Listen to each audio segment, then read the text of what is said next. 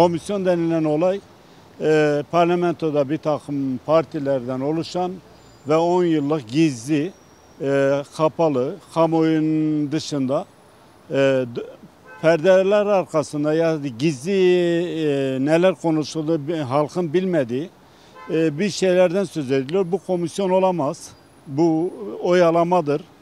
Bu süreci okumama demektir. Aslında süreci okumak isterse bu komisyonun bütün çalışmaları halka, kamuoyuna mal edilerek, açık tartışılarak, kamuoyunun desteği alınarak daha verimli olurdu. Kürt tarafı açısından diyoruz. Bugün Kürdistan'da birçok siyasi parti, grup vesaire var. Bu Kürt tarafının bir taraf olarak o komisyonda yer alması gerekir.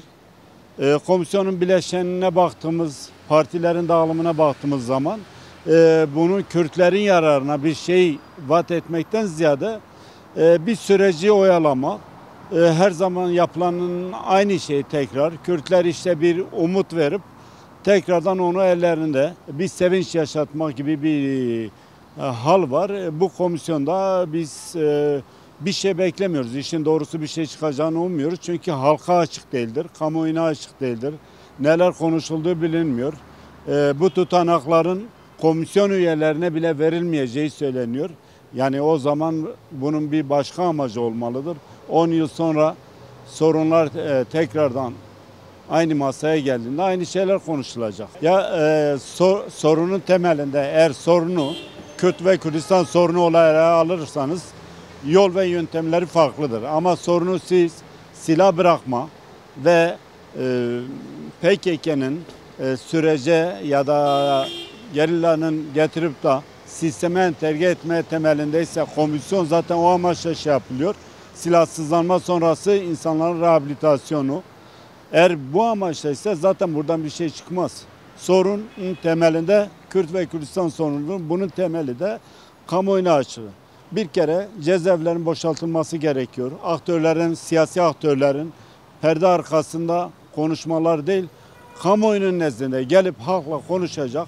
Başta Abdullah Öcalan ve Selahattin Demirtaş dahil olmazsa bütün Kürt siyasi tutsakların salıverilmesi gerekir. Onun dışında bütün Kürt siyasi partilerin bu konuda taraf olduğunu ve düşüncelerinin ifade edilmesi gerekir. Karşı tarafta eğer devlet bir komisyon oluşturacaksa bu Kürt komisyonunun o komisyonla eşit şartlarda ve birilerinin garantörlüğünde bu süreç konuşulur, tartışılır.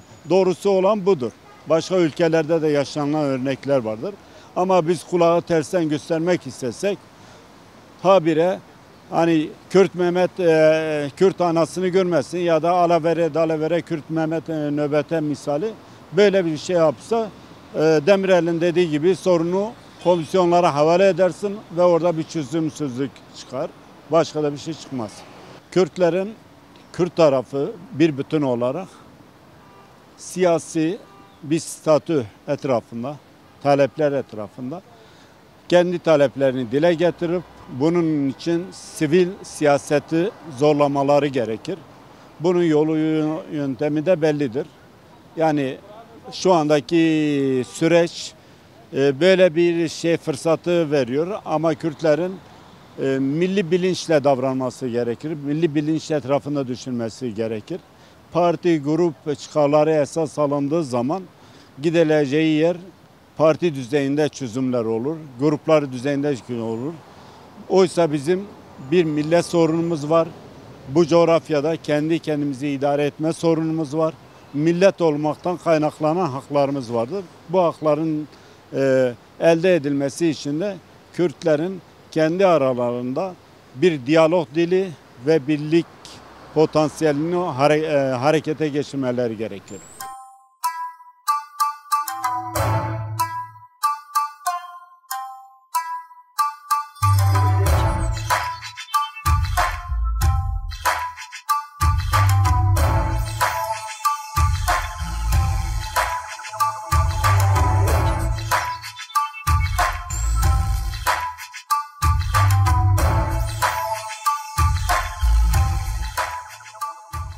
Yani bu komisyon kurulmuşsa Yani Türkiye açısından, Doğu Güneydoğu açısından, halkın açısından güzel bir şey yani.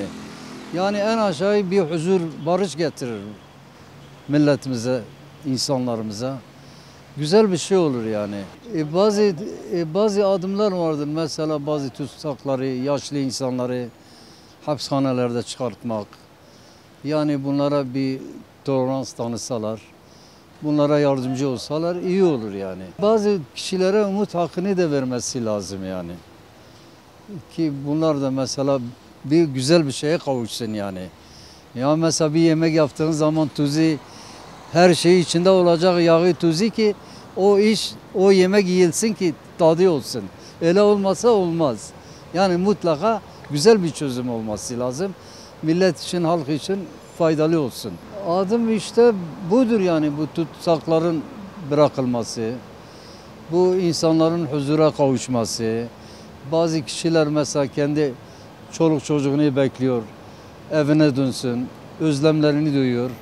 Onlar istiyor ki evine herkes dönsün, herkes güzel bir hayat yaşasın, güzel mutlu olsunlar. Hakların iyileştirilmesi lazım. Yani bu şey silah bırakıldığı zaman bu silahın yani bir amacı olması lazım. Şey değil yani içi doldurulması lazım. Boş olmaması lazım. Olmazsa yani bir anlamı yoktur yani. Bir çözümü yoktur. Doldurulması haklar vardır. İnsanların kendi ifade edebilmesi vardır. Budur yani. Hakları verilmesi lazım. Mesela ana dil nasıl ki Türkçe konuşabiliyorsam ben Batı'ya gittiğim zaman Kürtçe konuştuğu zaman dışlanmaması lazım. Budur yani. Şimdi insanlar gittiği zaman Kürtçe konuştuğu zaman insanlar sana değişik şekilde bakmaması lazım. Yani dışlanmamak lazım. Dışlandığı zaman neye gidersen git hiçbir anlamı yoktur. Yani bu yaptığımızın hiçbir şeyin çabası yok yani.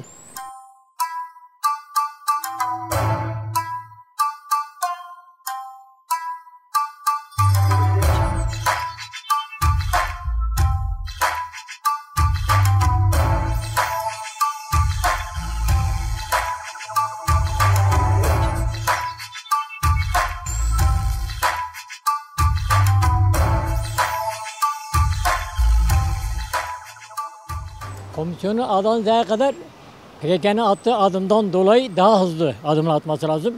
Siyasal özgürlük yolu açılıp da refah payıyla beraber bütün siyasi tutuklara af çıkarması lazım. Selahattin Demirtaş başta, İmamoğlu ikinci diyelim. Zaten Seroka şimdiye kadar çoktan beri bir refah payı, bir mutluluk yolu açılması lazımdı. Çok yavaş gidiyor. Böyle yavaş senelerce sürer. Daha hızlı, daha güçlü. Bir an evvel bir şeyler yapması lazım. Yani devletin bir şey yapması lazım. Yasal yollarla ve anayasanın komple değişmesi lazım. Ben askerdim 80'de. Kenevren darbe yaptı. 4 tane ordu komutanıyla bir tane Kenevren yasaları parmak kaldırarak kurdular. Daha o yasalar uygulanıyor. Böyle bir yasa olmaz. Kesinlikle olmaz. Herkesin özgür olacağı şekilde, özgür yaşayacak şekilde bir ülke herkes için yararlı. Kimsenin ummadığı şekilde Abdullah Öcalan açıklama yaptı ve açıklama arkasında durduğu halde daha da tutmuşlar, yok Suriye'de, yok nerede PKK var, yok YPG. Sana ne YPG'den kardeşim? Oranın askeridir, oranın bireyidir, taşı toprağı onundur, evini namusunu koruyor. Sana ne ondan? Sana ne PKK'den? Türkiye'nin çok yanlış adımları var. İnşallah ileride Suriye'de yanlış bir şey yapıp da insanlarımızı, halkımızı, gençlerimizi götürüp çamura, bataklığa koyup da öldürtmezler. Önce af. Katılmış, katılmamış. Niçin o insanlar gitti daha çatıştılar? Var olan düzenin yanlış hareketlerinden dolayı çıktılar. Önce bir genel af hepsinden çıkartması lazım ve açıklaması lazım ki hiç kimseyi içeri atmayacağız. Ne olsa olsun.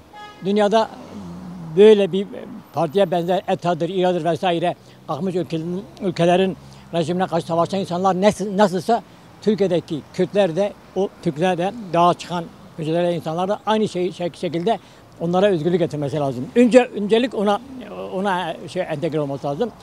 Kanunlar yasayla hemen mecliste bunu açıklamaları lazım. Bir an evvel.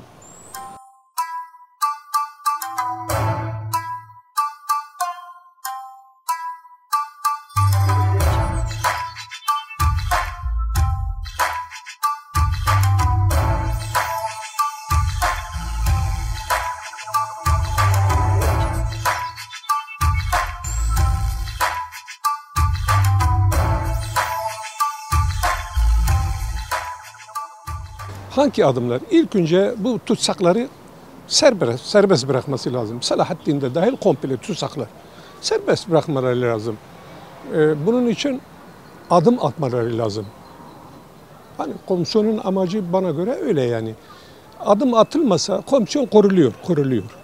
Yani ne zaman kurulacak? Kurulmuş bile. Kurulmuş ama adım yok. Hiçbir tane adım yok. Aciliyeti ilk önce tutsakları serbest bırakmaları lazım. Tutsak ilk acil o tutsakları serbest bırakmaları lazım. Bana göre. Ondan sonra komisyon mu kuruyorlar. Bütün siyasi parti bir araya gelip devletin lehine, aleyhine değil, devletin lehine adım atmaları lazım. Kürtler de dahil yani ya ben ayrım falan yapmıyorum. Kürtler de dahil bunları herkes adım atsın devletten yana. Kurulsun. Madem ki binlerce senedir beraber yaşıyoruz, kız almışız, kız vermişiz.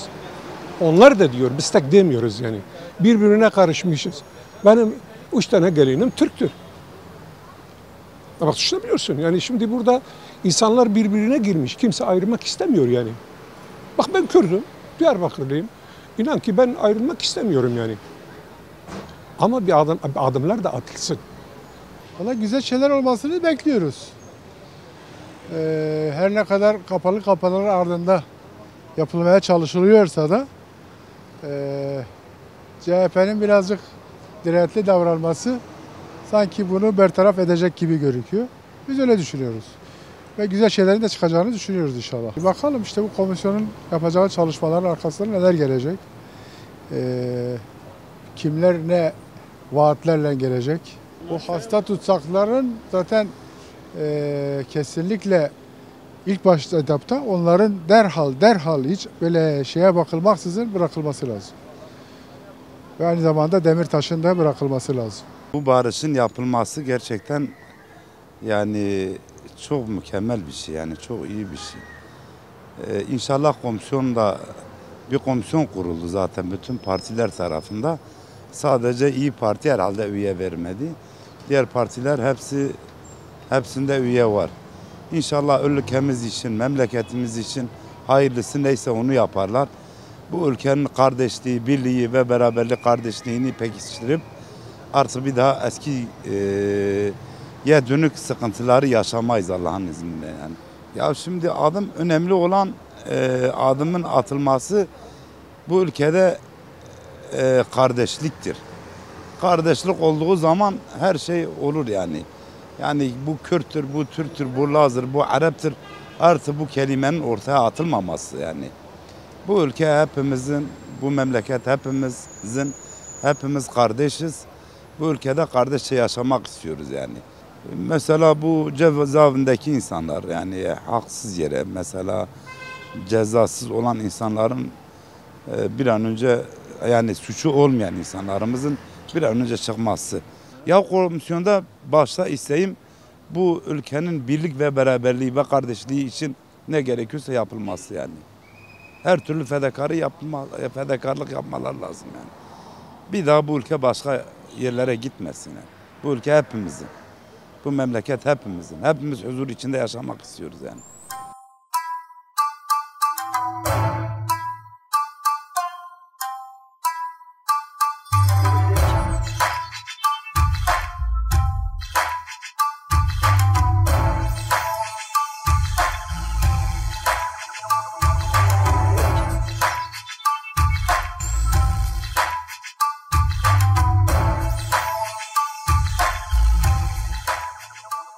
Eğer PKK kendini lağvetmişse bir kere PKK ile yargılanan bütün mahkumların serbest bırakılması lazım.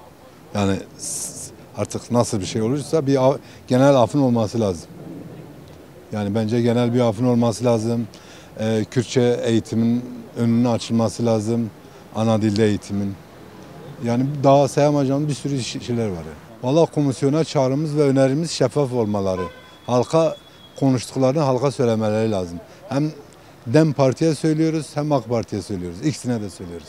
İkisi de toplantıdan sonra haklı bilinçlendirmeleri lazım. Halka açıklama yapmaları lazım. Bu barış sürecinde bu komisyonun çok geniş bir şeyi oldu. Katılımı oldu bu sefer. İnşallah eskiye nazaran çok çok iyi daha özgürce bazı şeyleri serbest bırakacaklar. Özellikle mesela bu Demirtaş'ın bu olaylara müdahale olması için, aynı zamanda onun da fikirlerini almak için, diğer tutuklu bazı siyasetçilerin onların da fikirlerini alarak daha güzel bir ortam, yani tüm fikirlerin bir araya geleceği bir ortam yaratarak inşallah bu komisyonun sonucu sonuçlanır yani. Zaten bu komisyonun asıl amacının bir nedeni de bu gibi olayların tümüyle empoze edip ortadan kaldırılması.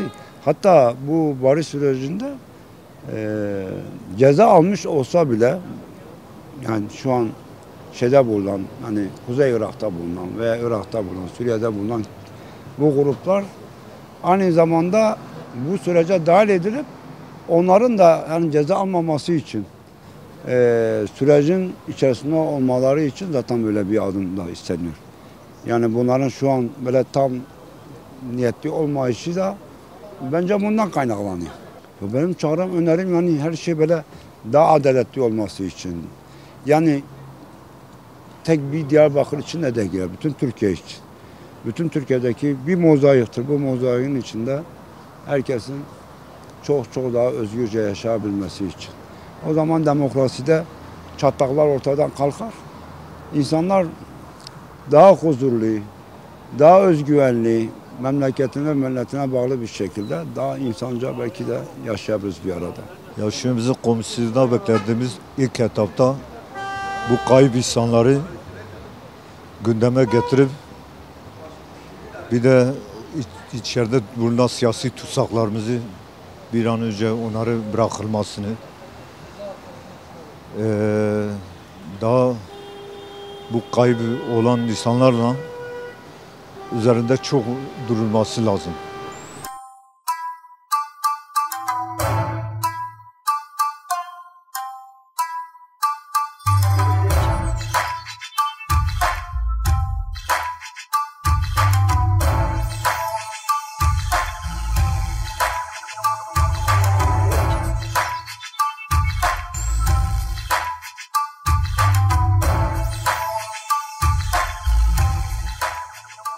Ya beklentilerimiz tabii ki vardır. Komisyonun kurulması iyi bir şeydir, olumlu bir şeydir. İlk adımdır. İnşallah umutlu iyi kararlar çıkar yani. Yani gelişmeler de şu anda iyidir yani fena değil. Ama tabii sonuç önemlidir. Yani bizim amacımız barışın gelmesi, toplumsal barışın oluşması. Ve bütün halkımız bunu istiyor yani Diyarbakır halkı da, bütün Kürdistan halkı da, bütün Türkiye halkı da bunu istiyor ki halkın da çıkarınadır yani. Bugüne kadar çatışmalar her iki tarafa da çok şey kaybettirdi. İnşallah bundan sonra barış hepimize kazandıracak. Yani en azından yani silah bırakan insanların toplumsal şeye katılması için gerekli yasaların çıkarılması gerekir. Bu mevcut yasalarla kimse silah bıraksa bile buraya gelemez yani. O yüzden dolayı bunların yapılması lazım. İkincisi bu işin öncülüğünü yapan yani Kürt tarafı olarak Sayın Öcalan'ın da anladın mı serbest çalışabilmesi için ve dışarıda rahat bir şekilde herkesle diyalog kurabilme imkanı bulması lazım. Bu da herkese kazandırır yani hiç kimseye kaybettirmez. Savaş herkese kaybettirir ama barış da herkese kazandırır yani. Dedim ya mevcut yasaların değiştirilmesi lazım. İçerideki tutukların, siyasi tutukların derhal serbest bırakılması lazım. Öncelikli olarak, acil olarak da hasta tutukların. Daha yasaları beklenmeden bunun çıkarması lazım yani. O açıdan dolayı yani atılacak her adım toplumsal barışı biraz daha bizi yakınlaştıracaktır. Ama geciktikçe de çok fazla parmak içine girdiği için, çok fazla insanlar müdahale ettiği için ortalığı karıştıran bir sürü insan vardır. Dolayısıyla geciktikçe de karışır yani. Daha da fazla kafalar karışır. Tedirginlikler artmıştır zaten. Ama bu son dönemde 2-3 toplantı yapılıyor üst üste. Bu da bize umut veriyor yani inşallah olur.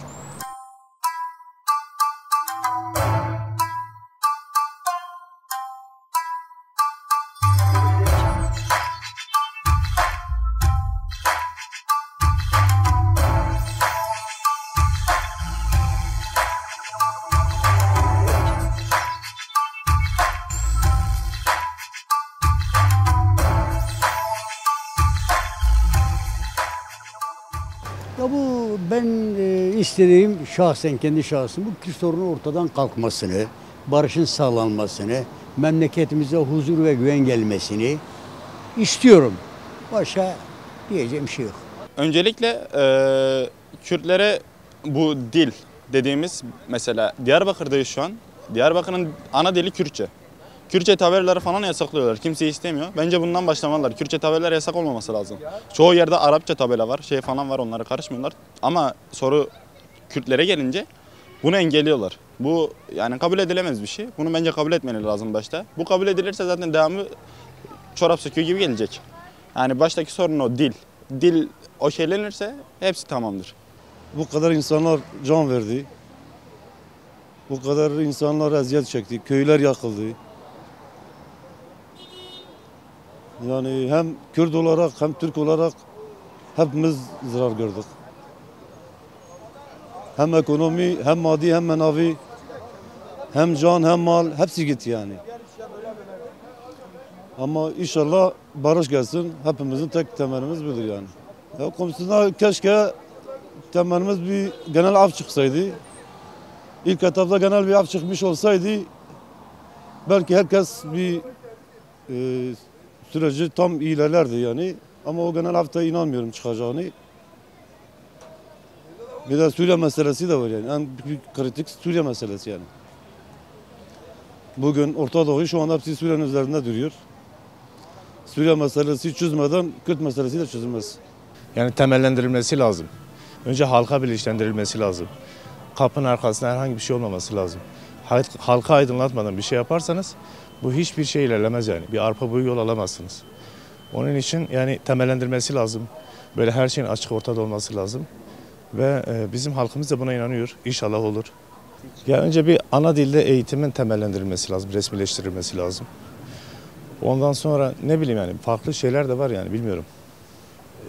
Hocam haksız yere bir sürü insan içeride mesela. Onları çıkarabilirler. Yani resmi olarak bir adım atmaları lazım. Çağrımız yani bu barışın olsun artık. Artık ülke olarak, bölge olarak her türlü ilerlememiz lazım. Yani bu kısır döngüde olmaması lazım. Bu çünkü bizim ekonomimize, eğitimimize, sağlığımıza her türlü şeye engel oluyor. Onun için barışın insanlara kesinlikle bir ilerleme kaydedeceğine inanıyorum. Bakalım artık hakkımızda hayırlısı inşallah güzel temellerini böyle sonuçlanır. Yani komisyon iyidir. Komisyon barış güzel bir şey değil mi sizce? Hani komisyondan herkes yana olması lazım. Biz komisyonu yani iyidir ama netice önemli. Yani komisyondan ne çıkar bilmiyorum ama yani ben ne olursa olsun her zaman şunu söylüyorum. Barıştan yanayım. Barış olsun. Gerisi yani komisyonmuş, şuymuş beni ilgilendirmiyor yani. Barış çok güzel bir şeydir. Her iki taraf için de barış olsun. Hayırlara vesile olsun. Benim beklentim de zaten budur işte. Ben de bunu anlatmaya çalışıyorum. Ana muhalefet olsun, iktidar olsun. Yani hepsi tabii kapsıyor benim için. Şimdi ana muhalefet bir yerde kaçmasın bir tarafa, iktidar kaçmasın. Yani benim için hani birleşsin, bütün partiler birleşsin. Gerçekten barış olsun, anneler ağlamasın. Her iki tarafta da diyorum yani hem diğer tarafta hem bu tarafta. Yani gerçekten barış olsun ve istiyorum inşallah Allah'ın izniyle de olur yani.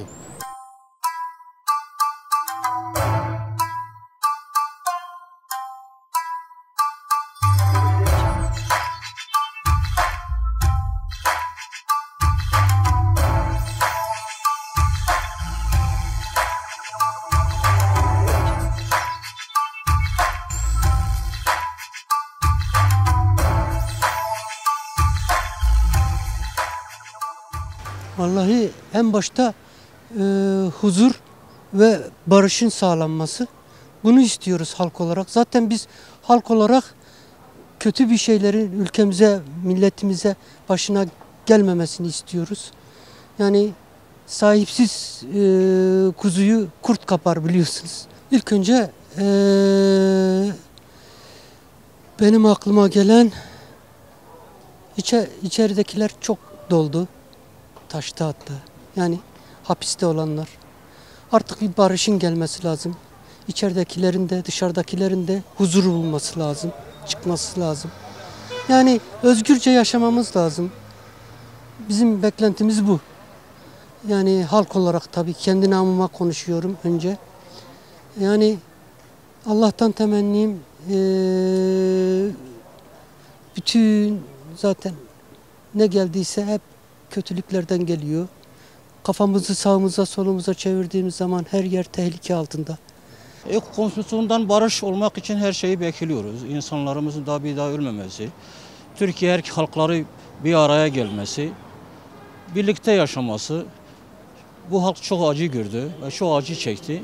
Bir daha bu acıları yaşamaması için komisyonu elinden, eli vicdanına koysunlar, ellerinden ne geliyorsa onu yapsınlar. Amacımız odur yani. Bence aciliyeti tutsakların, mesela hasta tutsakların, onların çıkması mümkün mertebe halkların biraz gönüllerinde su serper yani. Bu halk çok acı çekti Diyarbakır olarak. Bu insanların dışarı çıkması, hatta yeterince yatmışlar o insanlarda. O insanlarda bir beklentisi kalmamış. Hepsi hastadırlar zaten. Onları orada tutması bile yanlıştır. İnşallah bunu göz önüne alarak bunları çıkartırlar. Komisyona önerimiz tek insanlar orada şeffaf olması ve dürüst olmaları gerekir. Bu halkı kandırmamaları gerekir. Bu halkların yüzüne baka baka onları kandırmaması gerekir. Bu halk çok onlara büyük bir umut bağladı. İnşallah bu halkın umudunu boşa çıkartmazlar. Bu Türkiye'yi daha 100 yıl, 50 yıl geriye götürmezler. Allah'ın izniyle bunu demek istiyoruz. Başka bir umudumuz yoktur yani onlarda.